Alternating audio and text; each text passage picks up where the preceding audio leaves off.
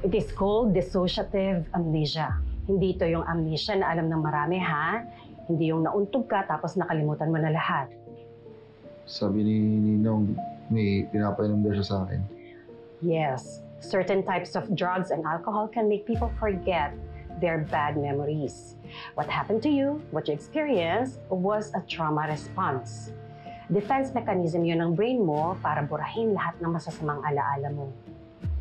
Pero nung nakita ko yung picture nung naalala ko yung iba eh.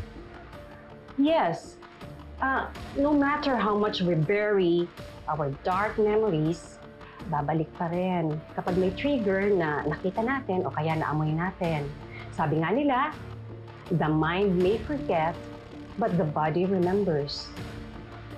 Posible ho bang maalala ko lahat? Gusto kong balikan lahat na nangyari. Para makita ko yung mga taong gumawa sa akin nito at yung mga nambaboy sa amin. Para mapigilan din sila. There is a way to recover these buried memories through therapy.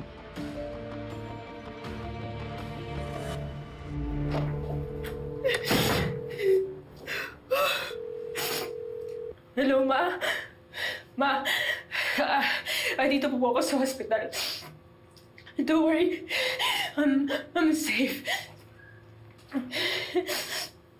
Wala pa po update kay Tito Charlie. Sige, Ma'am. Mamaya na po tayo mag-usap.